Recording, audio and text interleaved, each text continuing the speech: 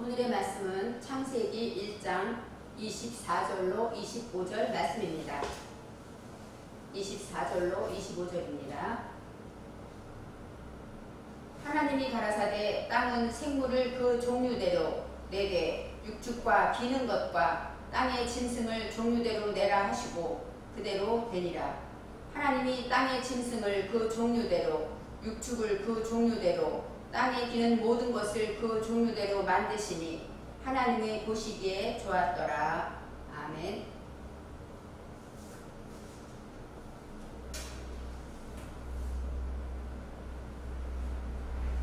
오늘은 창세기 21강입니다. 제목은 땅에 기는 모든 것입니다. 24절에는 하나님께서 땅에서 내야 할 것들을 하나 둘 밝혀주셨습니다. 지난 19강과 20강에서는 물 안에서 번성해야 할 것과 그 다음에 바다의 짐승과 바닷물에 충만해야 할 것들을 창조하시고 복 주신 것을 생각해 보았습니다. 19강에서는 물들은 우리의 인식을 말하면서 생물로 번성케 하라고 하나님이 말씀하십니다. 이 생물이라는 것은 네페시 하야, 즉 살아서 활동하는 우리 정신을 말합니다. 우리 인식 안에는 항상 살아서 약동하며 또 가치 있게 성장하는 그러한 정신이 충만해야 한다고 하나님은 말씀하십니다. 땅 위의 하늘의 궁창에는 새가 나르라 하고 하셨습니다. 이 새라는 것은 우리 궁창의 내면에 우리 안에서 본질 토대 안에 그 사상을 하늘의 높은 사상으로 덮게 되는 것이 바로 새입니다. 즉 궁창에는 새가 나르라는 것은 바로 내 속에 그러한 모든 어두운 것들이 하나님의 사상으로 하늘의 높은 사상으로 덮어지는 사건을 말하고 있습니다. 물에서 번성하여 움직이는 모든 생물과 바다 물고기를 하나님은 창조하셨습니다. 하나님이 보시기에 좋았다 이렇게 축복하셨습니다. 하나님은 우리의 안식들에서 인식 안에서 하나님의 능력이 함께 하시기를 원하시고 바로 이것이 네페시 하야 여기에 하나님의 능력, 성령의 능력이 있기 때문에 능력으로 인하여 성령으로 인하여 우리는 살아서 움직이고 약동하며 소생하게 되는 것입니다. 이제 20강에서는 물에서 번성이는 모든 생물들에게 하나님께서 복을 주십니다. 하나님이 축복하시는 그 축복은 파르크로서 진리에 무릎 꿇는 그러한 복을 말하고 또 진정한 우리가 그 복을 받으려면 우리는 어떤 상황이나 어떤 문제가 왔을 때에 무릎을 꿇는 자가 되어야 합니다. 무릎을 꿇는다는 것은 누가 말할 때 나와 좀 같은 것 같지 않지만 당신의 말이 옳습니다 하는 것이 바로 무릎 꿇는 것이고 그 다음에 무릎 꿇는 것에 대해서 얘기할 때 상대방을 인정하고 상대방 밑으로 들어가는 것은 소금에 절여지는 빛과 소금의 삶이라고 생각해 보았습니다. 빛으로 하나님의 말씀을 증거하기도 하지만 소금처럼 절여지고 녹아질 때 그럴 때 우리의 삶 안에 예수 그리스도의 향기가 나타나는 것입니다. 그래서 소금에 절여질 때 내 속에 나의 자아와 나의 욕심과 고집과 그런 내 속의 무지들이 다 없어지고 나의 형상이 하나님 것으로 온전히 녹아져 버릴 때 그럴 때 진정 상대방과 내가 화목해지고 내 안에서 영과 혼과 육이 화목해지는 것입니다. 그래서 그렇게 무릎 꿇는 복을 받을 때 우리는 하나님께서 말씀하시기를 바닷물에 생육하고 번성하여 충만하라고 축복하십니다. 창세기의 축복 중에 생육하고 번성하여 충만하라. 그것은 우리가 생각할 때 이 땅에서 많이 번성하고 뭐든지 잘 되고 그런 의미가 있을 것입니다. 그렇지만 우리 이 말씀 안에서 이 생육이라는 것은 페루라는 것은 열매를 맺는 것입니다. 우리가 내 삶에서 하나님의 말씀으로 열매를 맺을 때 내 속에 무지와 혼돈과 공허가 하나님의 것으로 변화되는 것 그것이 바로 열매 맺는 삶입니다. 또 번성하다는 것은 라바로서 증가하다, 많아지다라는 뜻입니다. 그렇게 내 속에 있는 혼돈과 무지와 공허 그 어둠이 많아지면 많아질수록 하나님의 말씀의 법이 많아지는 것입니다. 법이 하나하나 생길 때마다 내 속의 무지가 발견되는 것입니다. 겸손해라 하는 말씀을 배우고 나면 내 속에 교만한 것이 깨달아지는 것입니다. 이것처럼 우리가 하나님의 말씀을 하나하나 배우다 보면 내 속에 무지들이 하나씩 하나씩 일어나게 되죠. 그럴 때 그것들이 많아질수록 우리는 번성하여서 하나님이 말씀하시는 복을 받는 것입니다. 그 다음에 또 충만하다. 이것은 성령 충만 이렇게 말하고 있지만 그 충만이라는 것은 말씀을 듣고 깨달아서 열매를 맺게 되면 그 열매가 나중에 부패가 되어서 거름이 되어 양분이 되는 것입니다. 그래서 거름이 많은 땅에, 그런 땅에는 무엇이든지 잘 열매 맺을 수 있는 것처럼 우리가 산속의 나뭇잎들이 다 겨울에 떨어지고 눈 밑에 다 사가들을 때 그것들이 그 다음 해에 거름이 되어서 새로운 새싹을 내는 것이 아닙니까? 그것처럼 우리는 내 안에 모든 것들이 바로 부패되고 썩어지고 열매를 맺을 수 있는 땅이 되어질 때 그것이 바로 충만하다고 하나님은 말씀하십니다. 바로 예수님의 십자가의 보혈로 우리의 모든 죄와 허물이 하나님의 말씀으로 날마다 많아지고 법이 많아지므로 그것이 부패되고 하나님 나의 욕심과 나의 고집이 다 썩어져서 이제 정말로 형체가 없는 소금에 녹아진 것처럼 무릎 꿇는 자가 되었을 때 그것으로 인하여서 우리는 말씀하신 그대로 충만한 삶을 산다는 것입니다. 충만하다는 성령 충만한 것이 은사를 많이 행하고 가는 곳마다 능력 행하는 것이 충만인 줄 알았습니다. 그렇지만 성경에서 말씀하시는 충만은 내가 죽어지고 오직 예수 그리스도만 보이는 것, 그것이 바로 충만하다는 뜻이었습니다. 이제 다섯째 날이 되었다고 말씀하셨습니다. 이 다섯째, 이 한밭이라는 것은 전투 태세를 갖추다라는 뜻입니다.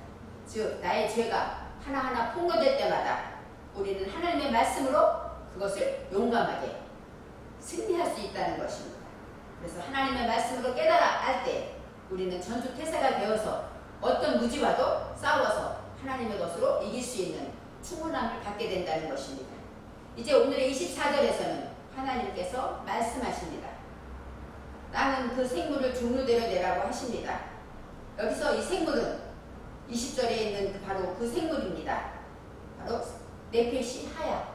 20절에 나왔던 그 생물을 말씀하실 때 21절에서도 물에서 번성하여 움직이는 모든 생물, 이렇게 똑같은 단어로 나옵니다. 그런데 종류대로 내라고 하십니다. 렘이나 후, 종류대로. 여기서 렘이나 후는 이 만나로서 내 목, 내 분량, 내가 나누어진 할당량을 말하는데 여기에서 아직껏 없었던 렘이나 후의 종류가 무엇이 나오냐면 이 해에 8점이 붙어 있습니다. 8점이 붙어 있음으로 해서 바로 이것은 아직껏 나왔던 종류와는 다른 것입니다.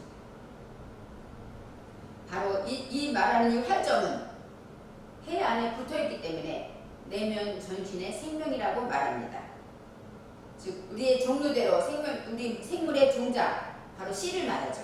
그 씨를 말할 때 삶을 몸에 익히고 훈련하여서 바로 정리해지고 그 익히고 훈련한 대로 살아가는 것, 걸음을 걸어가는 것, 그것이 바로 렘이나 후가 되는데 이 안에서는 바로 눈이 생긴다는 것입니다. 이렇게 살아가는 자에게는 눈이 생겨요. 이 눈이라는 것은 뭐예요? 대답이죠. 바로 하나님의 말씀이 내 안에 샘솟는 것입니다. 그 눈이 바로 여기서 말하는 8점입니다.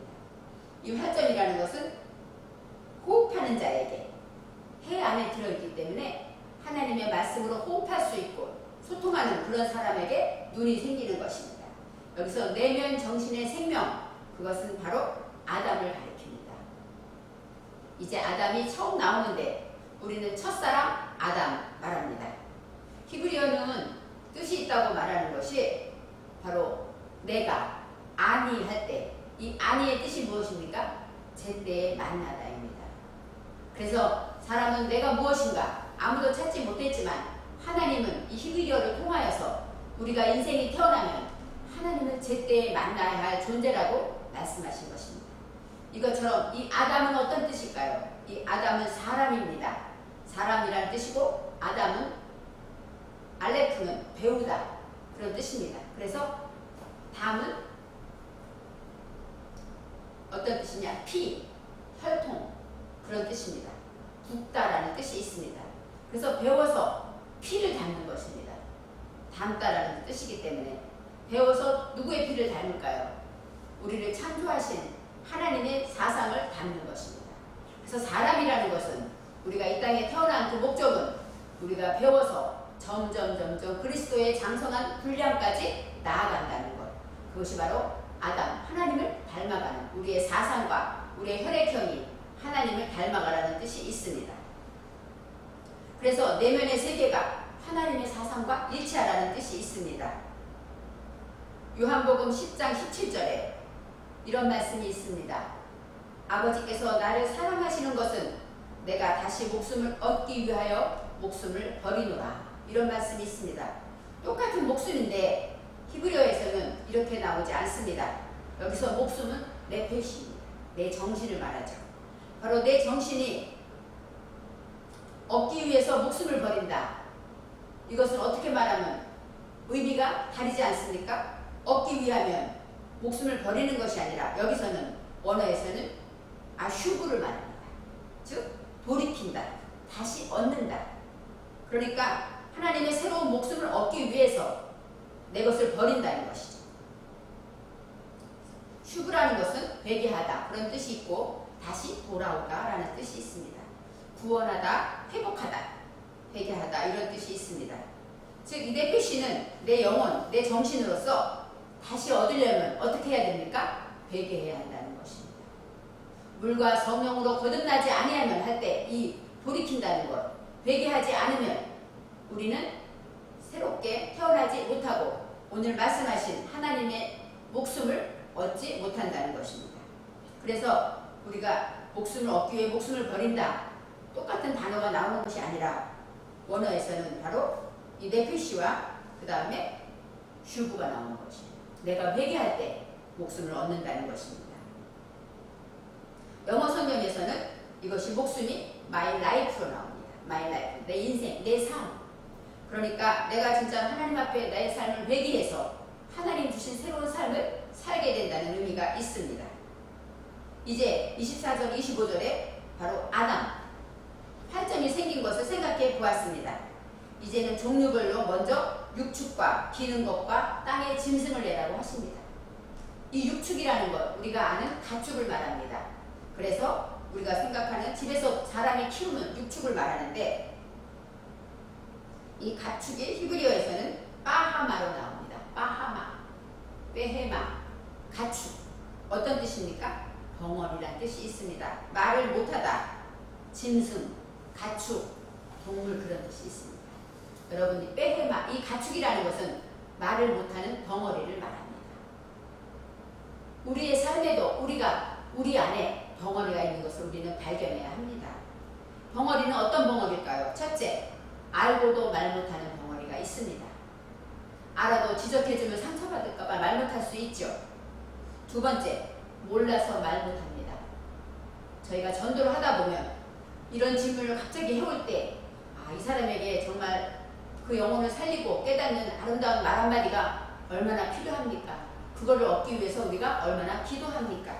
바로 우리가 하나님을 알지 못해서 바로 전하지 못하는 벙어리가 되고 있습니다. 내 마음의 땅이 하나님의 생명으로 아까 말했듯이 목숨을 다시 얻는 것처럼 거듭나지 않으면 우리는 벙어리처럼 살 수밖에 없습니다. 벙어리의 특징은 소리를 지릅니다. 말이 안 통하니까 답답하니까 소리를 지르겠죠. 육축은 사람과 같이 소통하지 못합니다. 그래서 소리를 잘 지르는 사람, 욱하고 화를 내는 사람, 그런 사람이 바로 벙어리와 같은 육축입니다. 말씀에 양식이 없으면 내 생각만 하기 때문에 우리는 육축처럼 통하지 않는 말을 하지 못합니다. 그래서 벙어리는 또 듣지 못해서 말을 못한다고 합니다. 이 청각장애자들이 대부분이 듣지 못한대요. 우리도 마찬가지입니다. 우리가 벙어리가 된 이유는 하나님의 말씀을 듣지 못했기 때문입니다. 로마서 10장 17절 말씀에 믿음은 들음에서 나며 들음은 그리스도의 말씀으로 말미암았느니라 하고 말씀하십니다. 우리가 믿음이 없어서 벙어리가 됐겠죠. 그런데 무엇을 못 들었을까요? 그리스도의 말씀입니다. 하나님의 말씀, 쉐마, 내게 주시는 그 말씀을 듣지 못하면 우리는 벙어리가 되고, 이 쉐마라는 뜻에는 순종하다는 뜻이 있습니다. 우리가 듣기만 하면 다 알 수 있을까요? 들어서 그 말씀을 지켜야만, 지키는 자에게 바로 그 능력이 나타나는 것입니다. 듣기만 하는 것이 아니라 그 말씀을 자세히 듣고 이해하고 그 말씀을 내 삶에 지킨다면 우리는 벙어리가 되지 않을 것입니다. 육축의 세계에서 벙어리의 특징이 여러 가지가 있는데 누가 이깁니까? 짐승끼리 싸우면 힘센 놈이 이깁니다. 또 소리 큰 놈이 이기고 고집 센 놈이 이기고 우격다짐하는 사람이 이깁니다. 바로 그것은 짐승이죠. 우리 사람은 그렇지 않습니다. 사람은 계몽된 인식으로 거듭나서 바꿔지기 때문에 우리는 그렇게 소리 지르지 않고 또 우격다짐하지 않고 힘으로 이기는 것이 아니지 않습니까? 하나님의 주신 말씀의 지혜로 우리는 모든 삶을 헤쳐나가고 이겨나가는 것입니다. 육축의 특징을 한번 생각해 보았습니다. 짐승으로 생각할 때 첫째, 기억력에는 한이 맺혀 있습니다. 이 벙어리 또 육축에는 내 기억에 좋은 거는 생각하지 않고 원망, 나에게 잘못한 거, 나를 우습게 본 거 이런 것들이 한이 맺혀 있는 게 육축의 특징입니다. 그 다음에 영리한 것 같지만 꾀만 있습니다. 변명을 많이 늘여놓습니다. 그런 사람은 벙어리 같은 육축의 종류에 들어갑니다. 그 다음에 고집이 무척 센데 그 고집을 자기 깐에는 주관이 강하다고 스스로 합리화시킵니다. 그렇지만 상대방이 볼 때는 고집입니다. 그것도 벙어리의 특징이고 그 다음에 몸은 천천히 걷지만 마음이 조급합니다. 마음이 조급한 사람, 그 사람도 육축입니다. 모든 일을 하면 당장 뭐가 잘못될 것 같고 당장 큰일 날 것 같고 마음이 조급해지는 것, 그것은 짐승의 특징입니다. 우리 사람은 그럴지라도 믿음을 가지고 소망을 가지고 기도하면서 모든 것을 이겨나가는 그 성령의 능력을 우리는 가지고 있습니다. 그 다음에 이 짐승은 자발적으로 하지 않습니다. 시켜야 합니다. 꼭 누가 시켜야만 하는 사람 짐승과 같습니다. 또 성질이 바글바글합니다. 그리고 노예근성이 있어서 누가 해주기를 바랍니다. 누가 인정해주기를 바랍니다. 누가 나를 조금만 무시하는 것 같으면 바글바글 화가 납니다. 또 대가를 바랍니다. 내가 이 하나님의 일을 했으니까 누가 인정해주기를 바랍니다.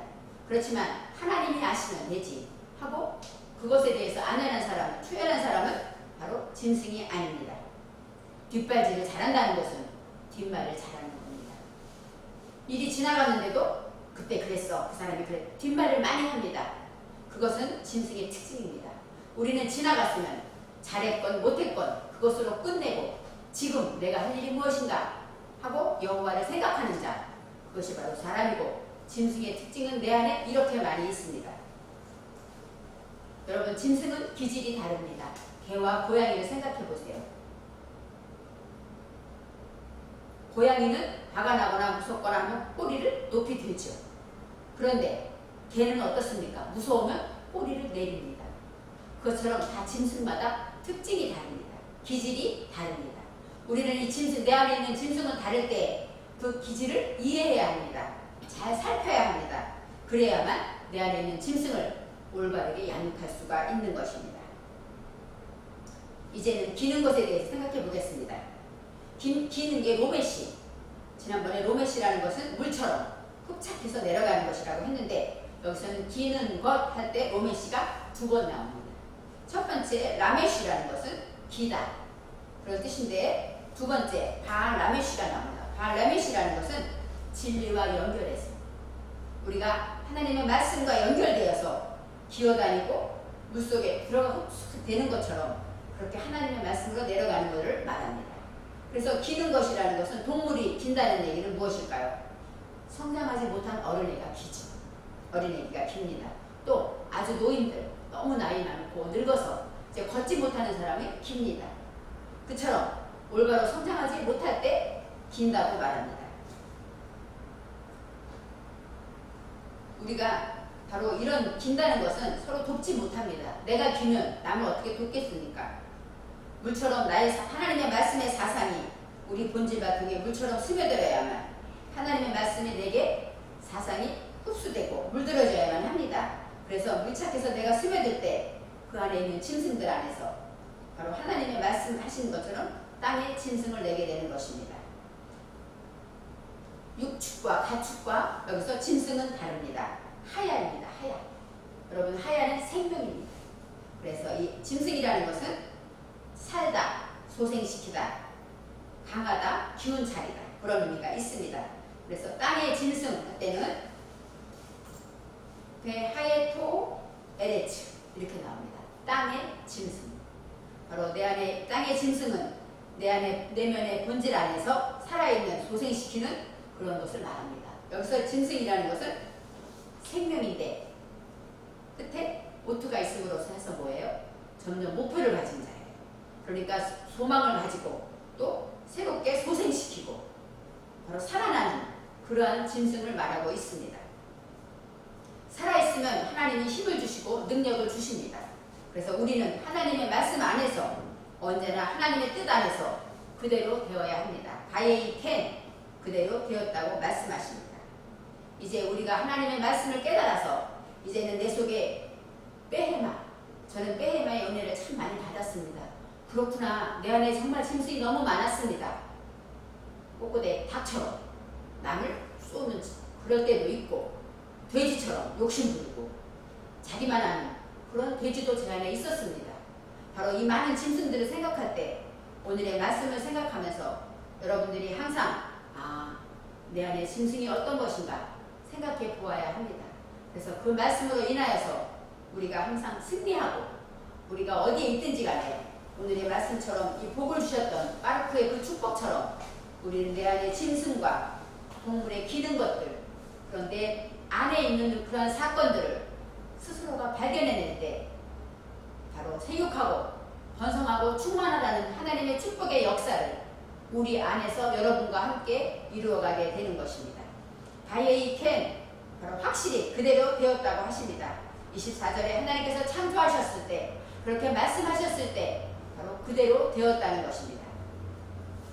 자 이제는 하나님이 이르시되 땅은 생물을 그 종류대로 내되 가축과 기는 것과 땅의 짐승을 종류대로 내라 하시니 그대로 되리라. 하나님이 말씀하신 대로 그대로 되어졌습니다.